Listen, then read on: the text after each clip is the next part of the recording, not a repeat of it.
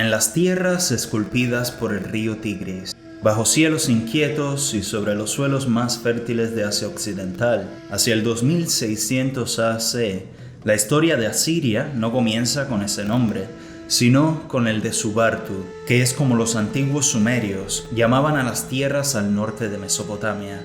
Ashur era, de hecho, un dios, una deidad feroz que encarnaba el espíritu de un pueblo destinado a la grandeza y luego a la violencia, como que mucha violencia. La ciudad de Ashur llevaba el mismo nombre que él, pero los profesionales lo escriben distinto para diferenciarla. El mismísimo Sargón de Akkad la conquistó mientras expandía su imperio en el siglo 24 AC. Los gobernantes que le siguieron le dieron a la región el nombre que conservaría por los siguientes 1500 años: Ma'at Ashur, literalmente la tierra de Ashur. Sí, en ese tiempo la creatividad no era una prioridad de ninguna manera. Era un poco más importante no morirse de hambre. Los descendientes de Sargón convirtieron el acadio en su idioma principal y les enseñaron a escribir en cuneiforme. Alrededor del 2025 AC, no era más que un asentamiento fortificado, pero se convirtió en un faro de fe y ambición. Los asirios primigenios eran un pueblo tan devoto como hambriento de riqueza. Aunque los reyes gobernaban en nombre, eran los comerciantes los que les daban vida y recursos a los sueños de Ashur, usando trozos de plata como su moneda. Su ciudad no era un asentamiento cualquiera, creció estratégicamente como puerto fluvial en el banco oeste del Éufrates y un centro comercial de toda Mesopotamia, uniendo el creciente fértil con Anatolia al norte y Siria al oeste, siendo un cruce de culturas y comercio. Dime, valiente y apuesto soldado, ¿realmente cuidas la ciudad o solo estás ahí parado, luciendo amenazante e importante? Bueno, si no me quedara aquí luciendo amenazante, ¿cómo sabrían los comerciantes a quién dar propina si no quieren volver a casa con las manos vacías? Incluso en la Siria arcaica, la corrupción y los sobornos mantienen las cosas interesantes. En el 2025 AC es que comienza el periodo asirio antiguo, famoso por la expansión de sus redes comerciales por todo el Medio Oriente. Largas caravanas recorrían rutas peligrosas hacia Anatolia, dispuestos a arriesgar la vida en estos caminos hostiles a cambio de ganar un buen dinero. Establecieron puestos comerciales en Anatolia, como en Kanesh, con N, la actual Kultepe, no confundir con Kadesh, con D. Esta ciudad se convirtió en su puesto avanzado, donde los comerciantes asirios encontraron su lugar entre un mosaico de culturas diferentes. No solo eran comerciantes, también eran heraldos y espías, recolectando inteligencia para su ciudad. Y así nació el sistema comercial de Karun Kanesh desde el 1950 AC. Era un sistema privado y familiar, no controlado por el Estado. La difusión del uso de inversiones, préstamos con interés, contratos escritos, formas rústicas de banca y su innovación en comercio de larga distancia dieron paso al lugar con los primeros vestigios del capitalismo en la historia. Miles de tablillas de arcilla de Kanesh, escritas en cuneiforme, han sobrevivido hasta el día de hoy, revelando contratos, préstamos y disputas legales, y también muestran el amplio alcance del primer sistema de escritura de la humanidad. Y hacia el 1750 AC entra en escena la primera civilización indoeuropea de la historia, los hititas. Guten Morgen. ¿Cuánta riqueza tiene este lugar? Seguro este desarrollo en el mercado llevará al progreso de la civilización humana. ¿Qué estás diciendo? No entiendo tu idioma. Sería una pena que alguien se lo expropiara todo. Expropiese. Sí, lamentablemente los hititas terminaron con la edad dorada del sistema Karun, tras 2 siglos de riqueza. Pero la prosperidad de Ashur no se basaba solo en el comercio. La ciudad era gobernada por reyes que equilibraban el mercado con la defensa militar. Ashur exige victoria. Partimos al amanecer. Glorioso rey Shamshi-Adad, con todo respeto, ¿podría Ashur también darnos mejores sandalias? Algunos soldados están sangrando de las marchas. Necesitarán más descanso si Ashur no nos ayuda. No temas, valiente general. Es muy probable que las lanzas del enemigo les den todo el descanso que necesitan. Ay, ¿para qué me molesto siquiera? Nacido en el exilio, Shamshi-Adad I conoció la adversidad y el fracaso, pero no es poco común decir que los diamantes se hacen bajo presión, y este fue definitivamente el caso, porque en 1808 AC regresó a Ashur con una visión: no solo gobernar una simple ciudad comercial, sino forjar un imperio en nombre de Ashur. Con espada y estrategia hizo la guerra, pero también formó alianzas por matrimonio. Mejoró arietes, escaleras de asedio y otras tácticas militares con las que expandió el territorio de Asiria hacia el norte y centro de Mesopotamia e incluso partes de Siria, convirtiendo lo que era una ciudad-estado en lo que algunos llaman el Imperio Asirio Antiguo, lado a lado con el creciente dominio de la Babilonia de Hammurabi. Bajo su gobierno, Asiria pasó de ser solo una potencia comercial a una militar, solo una muestra de lo que llegaría a ser algún día. Cuando Shamshi-Adad I murió, su gran imperio colapsó casi de inmediato. Ashur volvió a ser una ciudad-estado, eclipsada por nuevos poderes. Los casitas en Babilonia, los hititas en Anatolia y los hurritas y Mitanni al norte de ellos, de quienes Asiria se volvió un estado vasallo.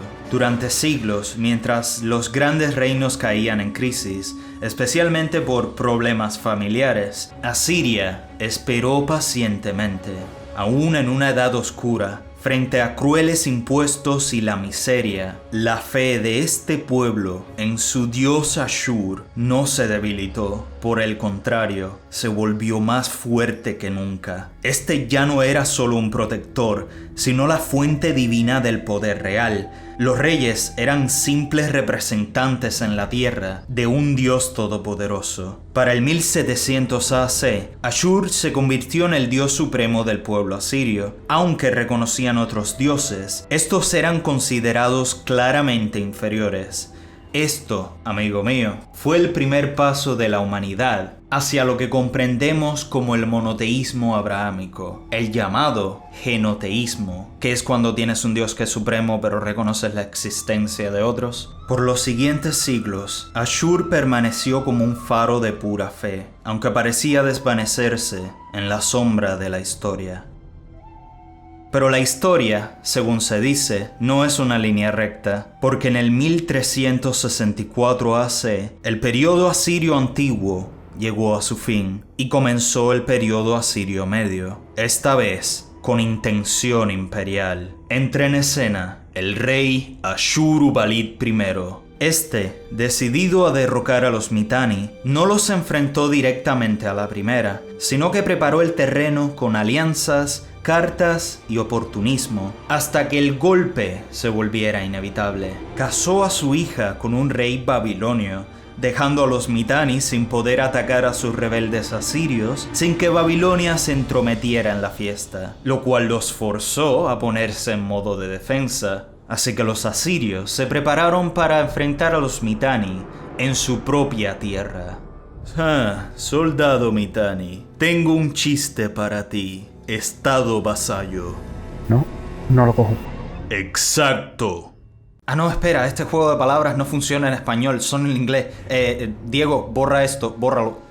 Con la audacia digna de una epopeya fantástica, el tipo puso fin al vasallaje de Asiria frente a los Mitanni. Se proclamó rey independiente y revitalizó el poder militar y político de Asiria, siendo tanto un rey guerrero como un hábil diplomático. Esta era marcó el establecimiento de Asiria como una genuina potencia militar, volteándole la tortilla a los Mitanni, quienes ahora estaban en riesgo de convertirse en los vasallos de Ashur.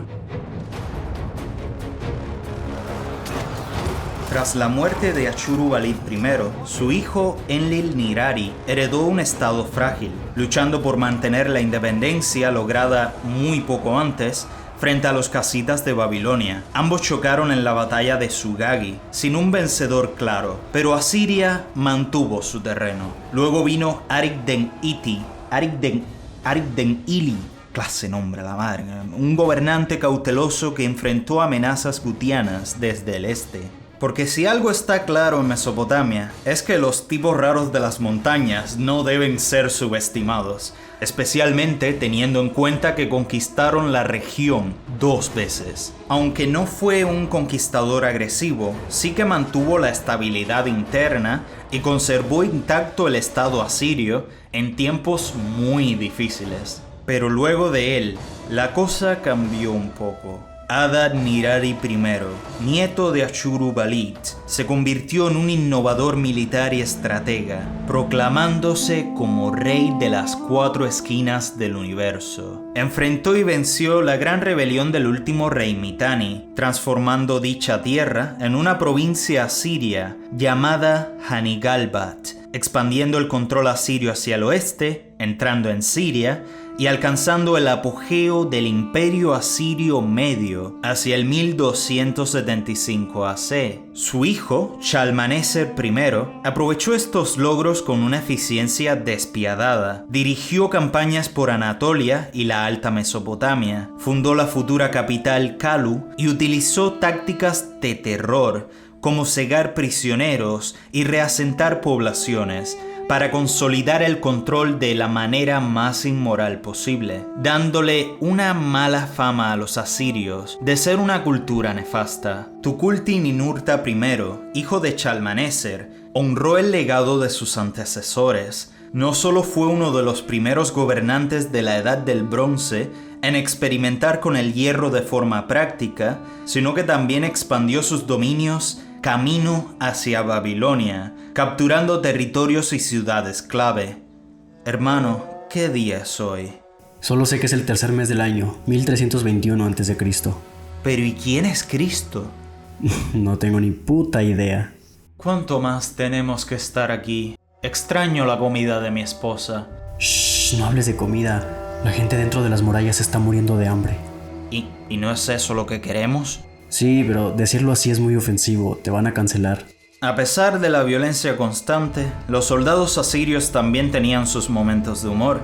Después de todo, uno se volvería loco si no hace al menos un chiste durante un asedio de 3 meses. Los esfuerzos de Ninurta le permitieron asediar Babilonia, una tarea nada fácil, ya que su enemigo tenía uno de los ejércitos más poderosos de la época, pero su equipo y tácticas de asedio mejoradas permitieron a los asirios lograr una victoria decisiva, capturando a su rey y llevándose la estatua sagrada de Marduk, reclamando el trono de Babilonia. Pero su orgullo blasfemo llevó a la rebelión. Sus propios hijos, probablemente disgustados por su sacrilegio y forma de gobernar, lo derrocaron y asesinaron. Tras su muerte, Asiria cayó en el caos. Vinieron reinados breves o inestables. Ashur-nadin-apli, luego Enlil-kudurri-usur, de pinga los nombres, quien fue incluso capturado por los babilonios.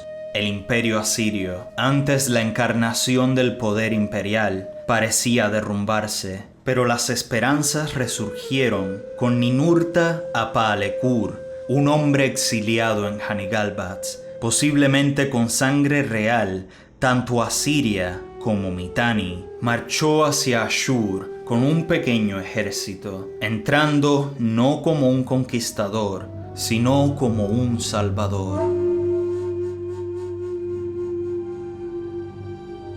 Desde un humilde pueblo comercial a mediados del tercer milenio AC hasta un imperio en expansión hacia finales del segundo, la historia de Ashur es una de resiliencia, fe enoteísta, el arte de desvivir de manera organizada y hasta mentalidad de tiburón por alguna razón. Su historia está lejos de terminar, no solo porque este video ya está muy largo para seguir contando, sino porque continúa en los asirios modernos del norte de Irak, quienes hasta el día de hoy caminan por las tierras que sus ancestros alguna vez gobernaron. Su idioma, su cultura y sobre todo su historia se preservan con orgullo para honrar un pasado de tanta grandeza.